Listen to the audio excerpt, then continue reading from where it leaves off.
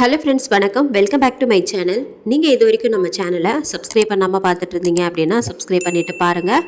கூடவே பக்கத்தில் இருக்கிற பெல் பட்டனையும் ப்ரெஸ் பண்ணிக்கோங்க. அப்போ தான் நான் போடுற வீடியோஸ் எல்லாம் உங்களுக்கு உடனே நோட்டிஃபிகேஷனாக வரும். இப்போ வாங்க நம்ம கதைக்குள்ளே போயிடலாம். தலைவிரி கோலமாய் முடிகள் அனைத்தும் தலைக்கு மேல் காற்றில் பறக்க, காலில் சலங்கையோடும் கோபங்கள் கொப்பளிக்க, இமைக்காத கண்களோடும் அவன் எதிரில் நின்று கொண்டிருந்தாள் பஞ்சமி. அவனையே பார்த்தபடி நின்று கொண்டிருந்தாள். பயத்தில் மேல் மூச்சு வாங்கியது நிதிலனுக்கு. சலங்கை ஒளி சினுங்க அவனை நோக்கி நடக்க ஆரம்பித்தாள். அவனுக்கு மிக அருகில் வந்து மெல்ல குனிந்து அவனது முகத்திற்கு மிக நெருக்கமாய் வந்து அவனது கண்களையே இமைக்காமல் பார்த்து கொண்டிருந்தாள். காற்றில் அவளது கூந்தல் தலைவிரி கோலமாய் தலைக்கு மேல் அங்கும் இங்குமாய் பறந்து எழுப்பிய சப்தம் நிதிலனை மேலும் மிரட்சியடைய வைத்தது. யார் நீ? மிரட்டும் தோணியில் கேட்டாள் பஞ்சமி. அந்த குரல் மேலும் அவனை உலுக்கியதால் பதிலளிக்க முடியாமல் திணறினான். நான் நிதிலன் என்றான். என்னோட வீட்டுக்குள்ளே எப்படி வந்த? மீண்டும் கேள்வியாய் கேட்டாள். இந்த ஊரு ஜமீன் சொக்கன் அவரோட அப்பாவோட கைத்தடியை எடுத்துட்டு வர சொல்லி என்னை அனுப்பி வச்சாரு என்றான். இதை கேட்ட பஞ்சமியின் கண்கள் மேலும் சிவந்தது. அவளது கைவிரல் நகங்கள் திடீரென பெரியதாகி அவனது கழுத்தை பதம் பார்க்க ஆரம்பித்தது. ஜமீனோட ஆளா நீ என கோபத்தோடு கேட்டாள். இல்லை இல்லை என்றான் நிதிலன். அப்போ ஏன் அவன் சொல்லி இங்கு வந்த? தனக்கும் ஜமீன் சொக்கனிற்கும் வந்த பிரச்சனையும் அதன் பின் ஏற்பட்ட உடன்பாட்டையும் கூறினான் நிதிலன். இதனை கேட்டு பின்னோக்கி சென்றவள் அந்தரத்தில் பறந்து கொண்டே சிரிக்க ஆரம்பித்தாள். அவளது சிரிப்பொலி அவ்வீடெங்கும் எதிரொலித்தது. அப்ப இந்த கைத்தடியை விடிஞ்சதும் எடுத்துட்டு போய் அவன்கிட்ட கொடுத்துட்டு அவனோட பாதி நிலத்தை வாங்கி இந்த ஊர் மக்களுக்கு நல்லது செய்ய போறியா என சிரித்து கொண்டே கேட்டாள். ஆமாம் என்று சொல்ல, ஜமீனை விட மோசமானவங்க இந்த ஜனங்க தான். அவன் கெட்டவன், அவனுக்கு அது மட்டும்தான் தெரியும். ஆனால் இந்த மக்கள் நன்றி கெட்டவங்க. அவங்களுக்கு நல்லது பண்ணவங்கள சீக்கிரமாக மறந்துடுவாங்க. நான் எவ்வளவோ சொன்னேன் அந்த நிலத்தை ஜமீனுக்கு தராதிங்கன்னு, கெஞ்சியும் பார்த்தேன். ஆனால் வெறும் கஞ்சிக்கு ஆசைப்பட்டு என்னை மதிக்காமல் மறுபடியும் ஜமீன் கிட்ட போய் அவங்களே அடிமை வாழ்க்கை தேடிக்கிட்டாங்க. நான் அவங்களுக்காக என்னோட வாழ்க்கையே அர்ப்பணித்தேன். ஆனால் அவங்க நன்றி கெட்டவங்க என கோபத்தில் பேச பேச பஞ்சமியின் தலைமுடிகள் நெருப்பாய் மாறி எரிய ஆரம்பித்தது. நிதிலனுக்கு உடல் நடுங்க ஆரம்பித்தது. நீ உயிரோட இங்கே இருந்து போகணுமா? திடீரென கழுத்தை திருப்பி அவனை நோக்கி கேட்டாள். ஆமா, பயந்தபடியே கூறினான் நிதிலன். மீண்டும் அவன் அருகே வந்தாள் பஞ்சமி. நான் சொல்றத செஞ்சிட்டா நீ இங்கிருந்து போயிடலாம், இல்லைனா இங்கேயே உன்னோட உயிர் போயிடும் என அவளது பெரிய கைவிரல் நகங்களை அவனது கழுத்திற்கு அருகே கொண்டு வந்து பயமுறுத்தினாள். நிதிலன் எதுவும் புரியாமல் சிலை போல இருந்தான். மேலும் தொடர்ந்தான். நீ வந்த வாசல் வழியே வெளியே போய் பின் வாசல் கதவுல கட்டியிருக்கிற அந்த மந்திரம் முடிச்சு போட்ட கயிறை கலட்டி வெளியே தூக்கி போடணும் என்றாள். தூக்கி போட்டது நிதிலனுக்கு. ஜமீன் சொக்கன் அந்த கயிறை கலட்டாம வெளியே வரணும்னு சொன்னாரே, என் மனதிற்குள் நினைத்து கொண்டான். என்ன யோசிக்கிற? திறந்து விடு, நான் வெளியுலகத்தை பார்த்து ரொம்ப நாளாச்சு என்றாள். மறுபடியும் பஞ்சம் வந்து ஊர் அழிந்து விடுமோ என மனதிற்குள் பயந்தான் நிதிலன். பஞ்சமி மெல்ல அவன் அருகே வந்து சீக்கிரம் போ என்று சொல்லி கை காண்பிக்க, அவளது கையிலிருந்த வந்த ஒளி அவன் வந்த கதவை நோக்கி வழிகாட்டியது. நிதிலனுக்கு தலை சுற்றியது. சூழ்நிலை கைதியாய் உணர்ந்தான். யோசித்து பார்க்க நேரமின்றி பஞ்சமியின் சொல்படி நடக்க ஆரம்பித்து தான் வந்த பின்கதவை நோக்கி சென்றான். கதவை நெருங்கி அதிலிருந்த தாழ்பாலை விளக்க மெல்ல கதவை திறந்தான். வீட்டிற்குள்ளிருந்து வெளியே வந்தான். அங்கு வீட்டின் கொல்லைப்புறத்தில் அவன் கண்ட காட்சி அவன் நெஞ்சை உறைய வைத்தது. அங்கு வீட்டின் மதில் சுவற்றிற்கு வெளியே வீட்டை சுற்றி காற்றில் ஏராளமான ஆவிகள் கூட்டமாய் அவ்வீட்டை சூழ்ந்து கொண்டு பஞ்சமியின் வருகையை எதிர்பார்த்து கொண்டிருந்தன. மெல்ல திரும்பி பார்த்தான். அவனுக்கு பின் வீட்டினுள் பஞ்சமி நின்று கொண்டிருந்தாள். இவ்வீட்டை விட்டு வெளியேறினாலும் வெளியில் இருக்கும் ஆவிகள் தன்னை கொன்றுவிடும் என உணர்ந்தான். நிலைமை கைமீறி போய்விட்டதையும் உணர்ந்தான். வேறு வழியின்றி மந்திரித்த கயிறுகள் கட்டப்பட்ட கதவை நோக்கி நடக்க ஆரம்பித்தான். ஒரு வழியாக வந்து சேர்ந்தான். அக்கயிறுகள் மீது கை வைத்து பார்த்தான். மிக இறுக்கமாய் முடிச்சிடப்பட்டிருந்தது. தன் இடுப்பில் வைத்திருந்த கதிர் அறுக்கும் அருவாளை எடுத்தவன் அக்கயிற்றின் அருகே கொண்டு சென்றான். சில நொடிகள் கண்ணை மூடி கடவுளை வேண்டிக் கொண்டான். பின் மெல்ல ஒவ்வொரு கயிறாய் அறுக்கவும் ஆரம்பித்தான். அக்கயிறுகள் ஒவ்வொன்றாய் அறுபட அந்த வீட்டைச் சுற்றி உருவாக்கப்பட்டிருந்த மந்திர வளையங்கள் ஒவ்வொன்றாய் மறைய ஆரம்பித்தது. கடைசி கயிறையும் அறுத்து முடித்தான். அங்கு அறுக்கப்பட்ட கயிறுகளை வீட்டை விட்டு வெளியே தூக்கி எறிந்தான். திடீரென மயான அமைதி நிலவியது. அக்கதவை விட்டு பின்னோக்கி நகர்ந்து சென்றான். அவ்வளவுதான். இடி இடிப்பது போன்ற பெரும் சத்தத்துடன் அக்கதவு வெடித்து சிதறி காற்றில் தூள் தூளாய் பறந்தது. அந்த பெரும் சத்தத்தை தாங்க முடியாதவனாய் கீழே விழுந்தான் நிதிலன். வாசல் கதவையே பார்த்து கொண்டிருந்தான். சலங்கை ஒலிகள் சினுங்க வீட்டிலிருந்து முழுவதுமாய் வெளியே வந்தாள் பஞ்சமி. அவள் வெளிவந்த தருணத்தில் அவ்வீட்டிற்கு வெளியே இருந்த மரம் பாதியாய் முறிந்து பெரும் சத்தத்துடன் தரையில் சாய்ந்தது. அம்மரத்தின் வேர்பகுதியின் ஒரு கூரிய முனைப்பகுதி மட்டும் வானை நோக்கி எஞ்சி நின்றது. பஞ்சமியின் பார்வை படர ஆரம்பிக்க சுற்றியிருந்த அனைத்து பகுதிகளும் நெருப்பாய் எரிய ஆரம்பித்தது. சுற்றிலும் பற்றி எறிவதை பார்த்து சந்தோஷத்தில் சிரித்து கொண்டிருந்தாள் பஞ்சமி. நிதிலனை நோக்கி தன் பார்வையை செலுத்தினாள். நீ எனக்கு விடுதலை கொடுத்துட்ட, நான் உனக்கு பதிலுக்கு ஏதாச்சும் செஞ்சே ஆகணுமே என நிதிலனை பார்த்து பேச ஆரம்பித்தாள். அதுக்கு பதிலா உனக்கு நான் விடுதலை கொடுக்குறேன், இந்த உலகத்துல நீ இருக்க வேண்டாம் என கூறினாள். இல்லை, என்ன எதுவும் பண்ணிடாத, தடுமாறி உயிர் பயத்துடன் பேசினான் நிதிலன். உன்னோட அருமை இந்த ஊர் மக்களுக்கு தெரியாது. நீ இந்த வீட்டுக்குள்ள வர அப்போ உனக்கு துணையா யாராச்சும் ஒருத்தவங்க வந்தாங்களா? இல்லையே. இந்த மக்கள் அட்டை மாதிரி தனக்கு தேவையானது நடக்கிற வரைக்கும் கூடவே ஒட்டிக்கிட்டு இருப்பாங்க. ஆனால் தேவை முடிஞ்சதும் தூக்கி எரிஞ்சிடுவாங்க. அவங்களுக்காக போராடினவங்க செத்து போனால் கூட 2 நாளைக்கு அப்புறம் மறந்துடுவாங்க. இதுதான் இந்த மக்களோட மனநிலை. அவங்களுக்கான தலைவனை எங்கிருந்தோ எதிர்பார்ப்பாங்க. ஆனால் அவங்களுக்குள்ள இருக்கிற அந்த தலைமை குணத்தை புரிஞ்சிக்காம கடைசி வர இன்னொருத்தனுக்கு அடிமையாகவே வாழ்ந்து செத்து போயிடுவாங்க. இந்த அறிவு கெட்ட முட்டாள் ஜனங்க. இதை எதை சொன்னாலும் புரிஞ்சுக்கிற ஞானம் அவங்களுக்கு என்னைக்குமே வராது. உன்னோட அருமை இந்த ஊர் மக்களுக்கு என்னைக்கு தெரிய போகிறது இல்லை. அதனால் தான் சொல்கிறேன், நீ என்னோட உலகத்துக்கு வந்து என்னோட சேர்ந்துடு நிதிலா என சொல்லிக்கொண்டே கண்ணசைத்தாள் பஞ்சமி. திடீரென அங்கிருந்த ஆவிகள் அவனை முழுவதுமாய் சூழ்ந்து கொண்டது. தன்னை சுற்றி நடப்பது புரியாமல் குழம்பினான் அவன். அவ்வளவுதான். அங்கிருந்த ஆவிகள் நிதிலனை அப்படியே அந்தரத்திற்கு தூக்கிச் சென்றது. தன்னை விடுமாறு கால்களை உதைத்து கொண்டு அந்தரத்தில் கத்தினான். அங்கு முறிந்து வீழ்ந்த வானை நோக்கி கூராய் நின்றிருந்த மரத்தின் வேர்பகுதிக்கு சரியாய் அந்தரத்தின் மேல் நிதிலனை கொண்டு வந்து நிறுத்தின அந்த ஆவிகள். நடக்கப் போவதை உணர்ந்தான் நிதிலன். தன்னை காப்பாற்றுமாறு பஞ்சமியை நோக்கி கத்தினான். ஆனால் அவள் கையசைக்க அந்தரத்தில் அவனை பிடித்திருந்த கைகளை விடுவித்தன அந்த ஆவிகள். அவ்வளவுதான். பெரும் கூச்சலோடு கீழ் நோக்கி வந்தவன் அக்கூரிய முனையின் மேல் பொத்தென விழுந்தான். இரத்தம் எல்லா திசைகளிலும் பீச்சி அடிக்க அவனது முதுகை பிளந்து கொண்டு வயிற்றின் வழியே வெளிவந்து இரத்தம் சொட்ட சொட்ட வானை நோக்கி நின்றது அந்த கூரான முனை.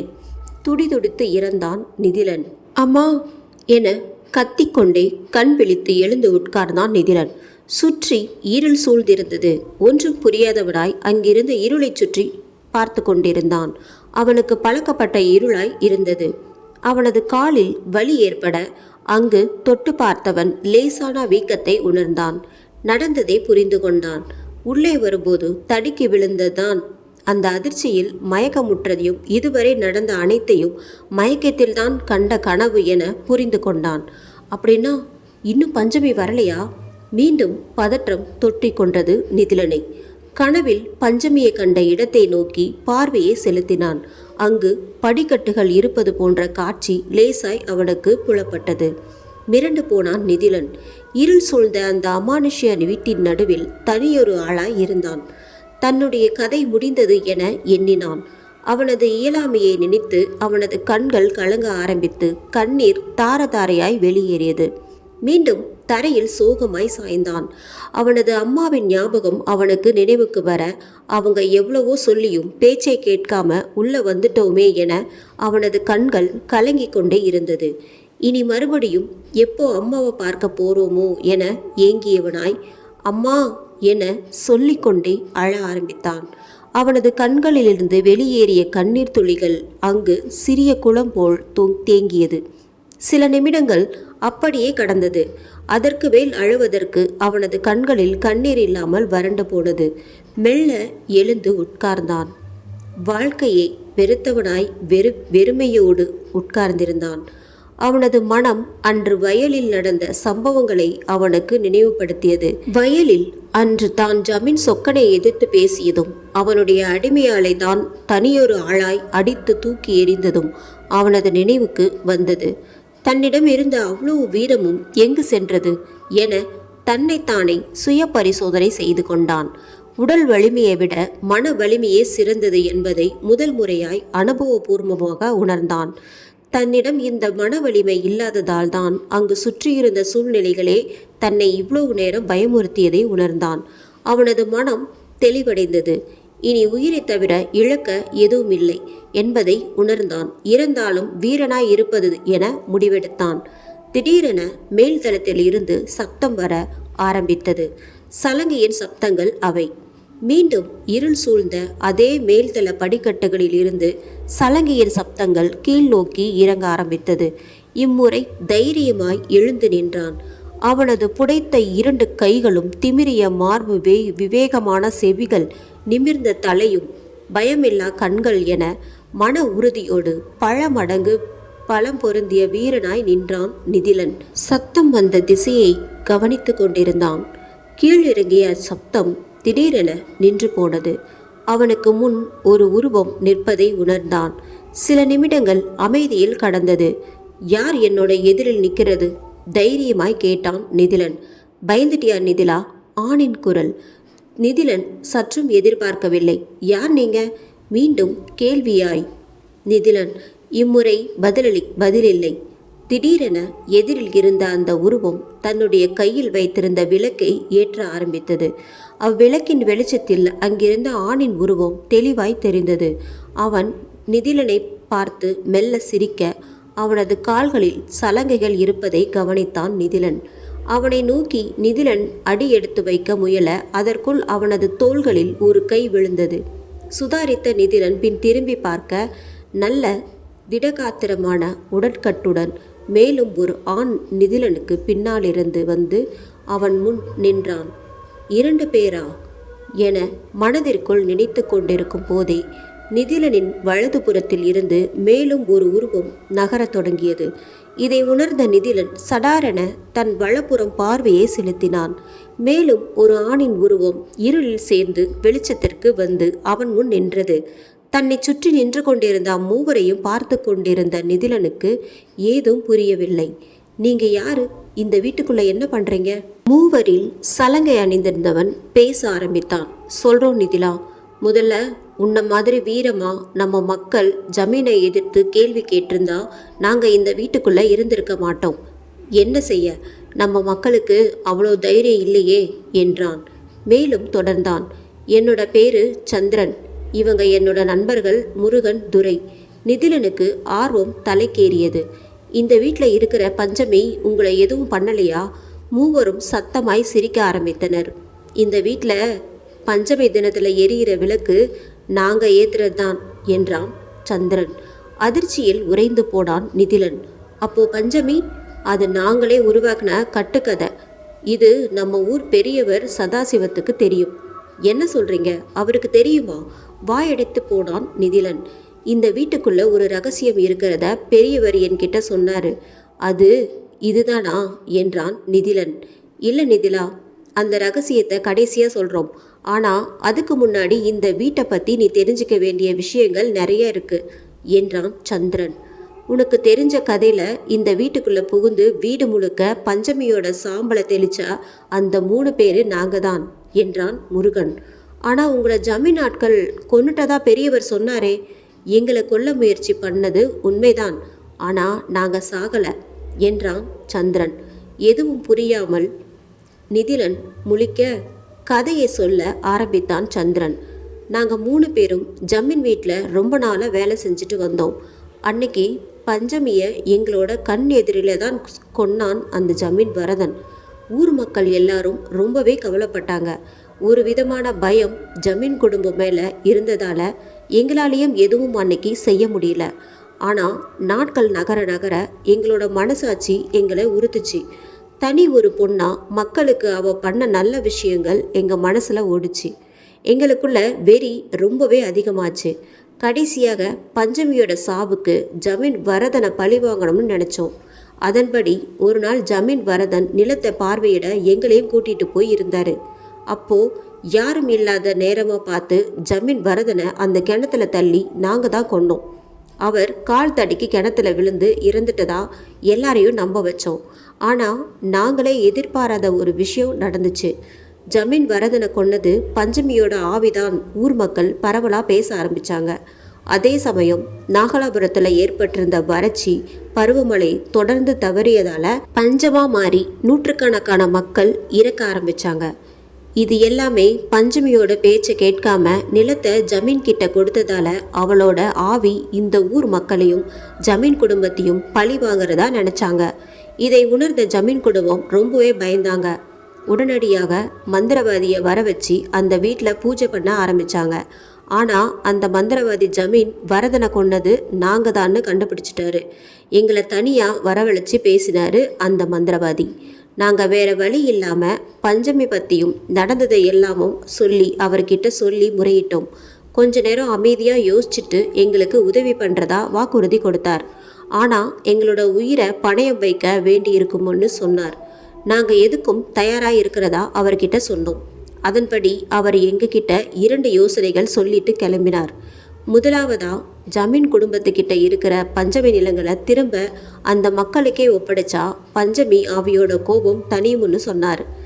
ஆனால் பேராசை கொண்ட அந்த ஜமீன் குடும்பம் அது முடியாதுன்னு சொல்லிட்டாங்க. அதுக்கு பதிலாக ஏதாவது பரிகாரம் செய்கிறதா சொன்னாங்க. 2வது அவர் சொன்ன விஷயம்தான் நடந்துச்சு. அதன்படி பரிகாரமாக பஞ்சமியோட உடலை தோண்டி எடுத்து எரிச்சிட்டு அந்த சாம்பலை பக்கத்தில் இருக்கிற ஆற்றுல கரைச்சிட்டா பஞ்சமியோட கோபம் தணிஞ்சு அவளோட ஆத்மா சாந்தி அடையும்னு சொன்னார். இதை செய்ய ஜமீன் குடும்பம் சம்மதிச்சாங்க. இந்த வேலை செய்ய மற்றவங்க தயங்கியதால் நாங்கள் நினச்ச மாதிரியே எங்கள் 3 பேருக்கிட்டையும் இந்த வேலையே வந்துச்சு. திட்டப்படியே அந்த உடலை தோண்டி எடுத்து எரித்தோம். பஞ்சமியோட சாம்பலை ஆளுக்கு ஒரு பானையில் அடைச்சி எடுத்துக்கிட்டு அன்னைக்கு இரவே ஜமீன் வீட்டுக்குள்ளே புகுந்து அந்த வீடு முழுக்க பஞ்சமியோட சாம்பலை ஆளுக்கு ஒரு புறவாக தெளிச்சிட்டு தலைமறைவாகிட்டோம். பயந்து போன ஜமீன் குடும்பம் அன்னைக்கு இரவே ஊரை விட்டு வெளியேறினாங்க. மறுநாளே ஜமீன் ஆட்கள் எங்களை கண்டுபிடிச்சி எங்களை பலமாக தாக்கி பக்கத்தில் இருந்த ஆற்றுல தூக்கி எரிஞ்சிட்டு போயிட்டாங்க. உயிர் போகும் நிலைமையில இருந்த எங்களை பெரியவர் சதாசிவம் ஐயாவும் அவரோட குடும்பமும் தான் காப்பாற்றினாங்க. நினைவு வந்ததும் அவர்கிட்ட நடந்த எல்லா விஷயங்களையும் சொன்னோம். இன்னொரு பக்கம் அந்த மந்திரவாதி எங்களுக்கு தந்த வாக்குப்படி நடந்துக்கிட்டாரு. பஞ்சமியோட சாம்பல் இந்த வீடு முழுக்க பரவிட்டதால எதுவும் பண்ண முடியாதுன்னு சொல்லி அந்த வீட்டை பூட்டியே வைக்கிறது தான் நல்லதுன்னு ஜமீன் குடும்பத்தை நம்ப வச்சாரு. அதன்படி அந்த ஜமீன் வீட்டோட எல்லா கதவுகளும் பூட்டப்பட்டு அதில் அவர் மந்திரிச்ச கயிறுகள் கட்டப்பட்டது. ஜமீன் குடும்பம் நாகலாபுரத்துக்கு வெளியே வசிக்க ஆரம்பித்தாங்க. நாங்கள் நினச்சது நடந்துச்சுன்னு சந்தோஷப்பட்டோம். ஆனால் அந்த சந்தோஷம் ரொம்ப நாள் நீடிக்கலை. ஜமீன் குடும்பம் அந்த வீட்டை எப்படியாவது மறுபடியும் மீட்கணும்னு ஆசைப்பட்டாங்க. அதனால் வேற ஒரு மந்திரவாதியை வர வைக்க முடிவு பண்ணியிருக்கிறதா எங்களுக்கு தகவல் வந்துச்சு. நாங்கள் பட்ட கஷ்டம் வீணா போயிடுமோன்னு பதறினோம்.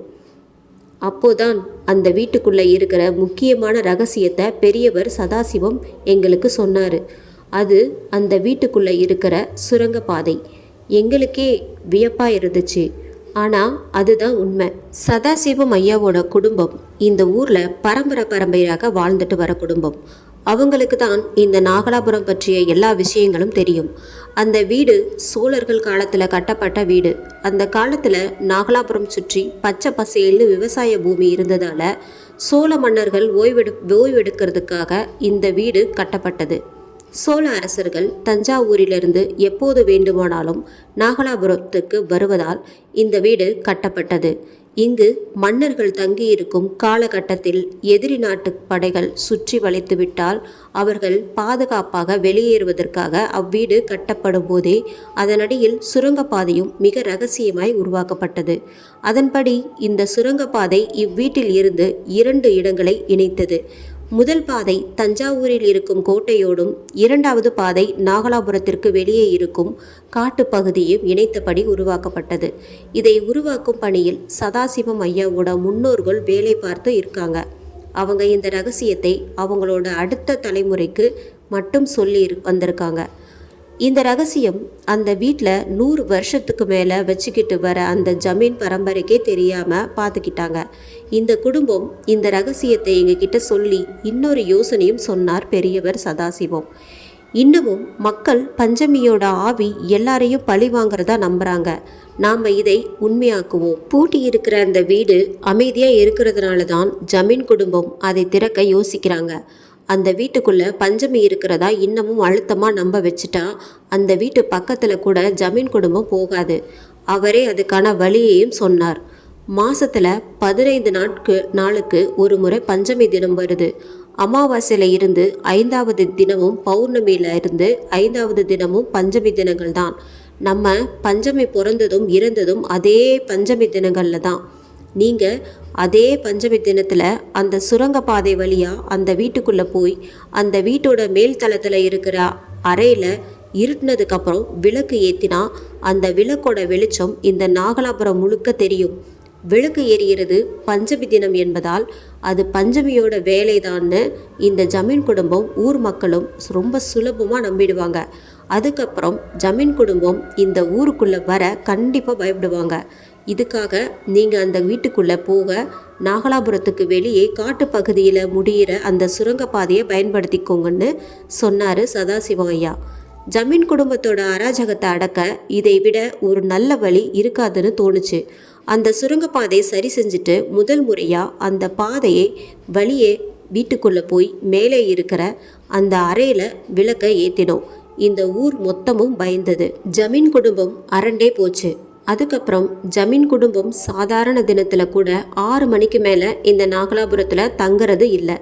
இந்த ஊர் மக்களுக்கு ஜமீன் குடும்பத்துக்கிட்ட இருந்து விடிவு காலம் வர்ற வரைக்கும் இதை தொடர்ந்து செய்யணும்னு முடிவு பண்ணி 10 வருஷத்துக்கும் மேலே இந்த சுரங்கப்பாதை வழியாக வந்து நாங்கள் இந்த விளக்கை ஏற்றிட்டுருக்கோம் என்று சொல்லி முடித்தான் சந்திரன். மிரட்சியாய் அவர்களையே பார்த்து கொண்டிருந்தான் நிதிலன். ஆனால் ஒரு நாள் நான் அந்த கிணத்துல இருக்கிறப்போ யாரோ இருக்கிறத உணர முடிஞ்சதே என்றான் நிதிலன். லேசான சிரிப்புடன் பேச ஆரம்பித்தான் சந்திரன். பொதுவாக சுரங்கப்பாதைகள் ஒரு குறிப்பிட்ட ஆழம் வரைக்கும் தான் அமைஞ்சிருக்கும். ஆனால் கிணறுகள் அப்படி இல்லை. அதனோட ஆழம் ரொம்பவே அதிகம். இந்த சுரங்கப்பாதை வழி அந்த கிணற்றை ஒட்டி தான் இந்த வீட்டோட இணைஞ்சிருக்கு. அன்னைக்கு நாங்கள் இந்த சுரங்கப்பாதை வழியாக வந்ததை நீ உணர்ந்திருக்க, அவ்வளோதான் என்றான் சந்திரன். நிதிலனுக்கு எல்லா விஷயமும் தெளிவாய் புரிந்தது. அமைதியாய் எல்லா சம்பவங்களையும் மனதில் ஒரு முறை நினைத்து பார்த்தான். நிதிலா, இந்த ரகசியங்கள் எப்பவும் உன்னோட தான் இருக்கணும். நம்ம மக்களுக்கு இந்த பஞ்சமி நிலங்கள் கிடைக்கிற வரைக்கும் நாங்கள் இதை தொடர்ந்துக்கிட்டே தான் இருப்போம் என்றான் சந்திரன். வா நிதிலா, அங்கு விளக்கு எரியிற அறைக்கு போவோம் என சொல்லிவிட்டு அப்படிக்கட்டுகளில் நடக்க ஆரம்பித்தான் சந்திரன். பின்தொடர்ந்து நடக்க ஆரம்பித்தான் நிதிலன். அந்த அறைக்குள் நுழைந்தனர். அங்கு மேஜையின் மேல் நாகலாபுரத்தை மிரட்டி கொண்டிருந்த விளக்கு எரிந்து கொண்டிருந்தது. இதுதான் இந்த வீட்டோட ரகசியம் நிதிலா என்றான் முருகன். அங்கு சுவற்றில் மாட்டப்பட்டிருந்த இறந்து போன வரதனின் கைத்தடி நிதிலன் கண்ணில் பட்டது. அதன் அருகே சென்று மெல்ல தொட்டு பார்த்தான். அதை கையில் எடுத்து கொண்டான். நிதிலா, நீ வந்த வேலை முடிஞ்சது. இனி விடிஞ்சதும் நீ இங்கே இருந்து போயிடலாம் என்றான் சந்திரன். இவ்வீட்டின் ஒட்டுமொத்த ரகசியத்தையும் தெரிந்து கொண்ட நிதிலனுக்கு தன் மீதி வாழ்க்கையின் அர்த்தத்தையும் உணர்ந்தான். அவர்களுடைய உரையாடல் இரவு முழுக்க நீடித்தது. மெல்ல விடிய ஆரம்பித்தது. நிதிலா, நாங்கள் புறப்பட வேண்டிய நேரம் வந்தாச்சு என சொல்லிவிட்டு எரிந்து கொண்டிருந்த பஞ்சமி விளக்கை அணைத்தான் சந்திரன். இனி நாம் எப்போ சந்திப்போம்னு தெரியல. விதி இருந்தால் சந்திப்போம். நம்ம மக்களுக்கு எதுவும் தெரியாது. அவங்க அறியாமையில் இருக்காங்க. அவங்களுக்கு உண்மை புரிஞ்சா கண்டிப்பாக விட்டு கொடுக்க மாட்டாங்க. நீ உனக்கு கிடைக்க போகிற நிலத்தை வச்சு இங்கே இருக்கிற மக்களோட வாழ்க்கையை மாற்ற முயற்சி பண்ணு. நாங்கள் 10 வருஷமாக பட்ட கஷ்டத்தோட பலன் உன் மூலமாக இப்போ பார்க்க போகிறோம். உன்னோட இந்த வெற்றி நம்ம மக்களை நிறையவே யோசிக்க வைக்கும் என்றான் சந்திரன். மூவரும் நிதிலனை கட்டி அணைத்தனர். பின் அங்கிருக்கும் சுரங்கப்பாதை வாயிலுக்கு வந்தடைந்தனர். மூவரும் விடை பெற்று கொண்டு சுரங்கப்பாதை வழியே அவ்வீட்டை விட்டு வெளியேறினர். கதிரவனின் கதிர்கள் மெல்ல அவ்வீட்டினுள் பரவ ஆரம்பித்தது. தன் கையில் இருந்த கைத்தடியை பார்த்த நிதிலனுக்கு அந்த விடியல் புதிதாய் இருந்தது. அந்த வீட்டிலிருந்து வெளியேற பின்கதவை நோக்கி சென்றடைந்தான். அக்கதவை திறக்கும் முன் கடவுளை ஒரு முறை வேண்டிக் கொண்டான். பின்பு அக்கதவை திறந்து வெளிவந்தான். மறக்காமல் மீண்டும் அக்கதவின் வெளிப்புறத்தை பூட்டினான். மெல்ல வீட்டிலிருந்து வெளியே வந்தான். சுதந்திர காற்று மெல்ல அவனது முகத்தில் தென்றலாய் தொட்டு சென்றது. அவ்வீட்டின் பின்புற மதில் சுவரை தாண்டி வெளியே குதித்தான் நிதிலன். தனது உடைகளை சரி செய்து கொண்டே சுற்றிலும் பார்த்தான். அங்கு ஒரு மரம் 2ஆய் முறிந்து விழுந்து கிடப்பதை கவனித்தான். அதை நோக்கி நடக்க ஆரம்பித்தான். அவ்விடத்தை நெருங்க நெருங்க அவனுக்கு மனதில் பொறி தட்டியது. தான் கனவில் கண்ட அதே மரம் அச்சு அசலாக அதே கோணத்தில் முறிந்து வீழ்ந்து கிடந்தது. அவனது காலின் வேகம் மெல்ல குறைய ஆரம்பித்தது. அதிர்ச்சியோடு அம்மரக்கிளையே நெருங்கினான். மெதுவாய் நகர்ந்தவன் அங்கு அவன் கண்ட காட்சி அவனது நெஞ்சை உறைய வைத்தது. அங்கு வானை நோக்கி நின்று கொண்டிருந்த அம்மரத்தின் எஞ்சிய கூரான முனையில் இரத்தம் வழிந்து கொண்டிருந்தது. ஆம், அக்கூரான முனையில் அடிப்பகுதியில் வயிறு 2ஆய் கிழிந்த நிலையில் சடலமாய் கிடந்தான் ஜமீன் சொக்கன். தூக்கி போட்டது நிதிலனுக்கு. தான் கனவில் கண்ட காட்சி எப்படி நிஜத்தில் நடக்க முடியும் என யோசித்தவனுக்கு விவரம் புரிய ஆரம்பித்தது. திடீரென அவனுக்கு வியர்த்து கொட்ட ஆரம்பித்தது. தன் தலையை அதிர்ச்சியோடு மெல்ல அவ்வீட்டின் பக்கம் திருப்பினான். அங்கு அவ்வீட்டின் மேல்தள அறையின் ஜன்னலோரத்தில் தலைமுடிகள் காற்றில் பறக்க நிதிலனை பார்த்து சிரித்து கொண்டிருந்தாள் பஞ்சமி. இந்த எபிசோடு உங்களுக்கு பிடிச்சிருந்தது அப்படின்னா நம்ம சேனலை மறக்காமல் சப்ஸ்கிரைப் பண்ணுங்கள், லைக் பண்ணுங்கள், முடிஞ்சால் ஷேர் பண்ணுங்கள். நன்றி, வணக்கம்.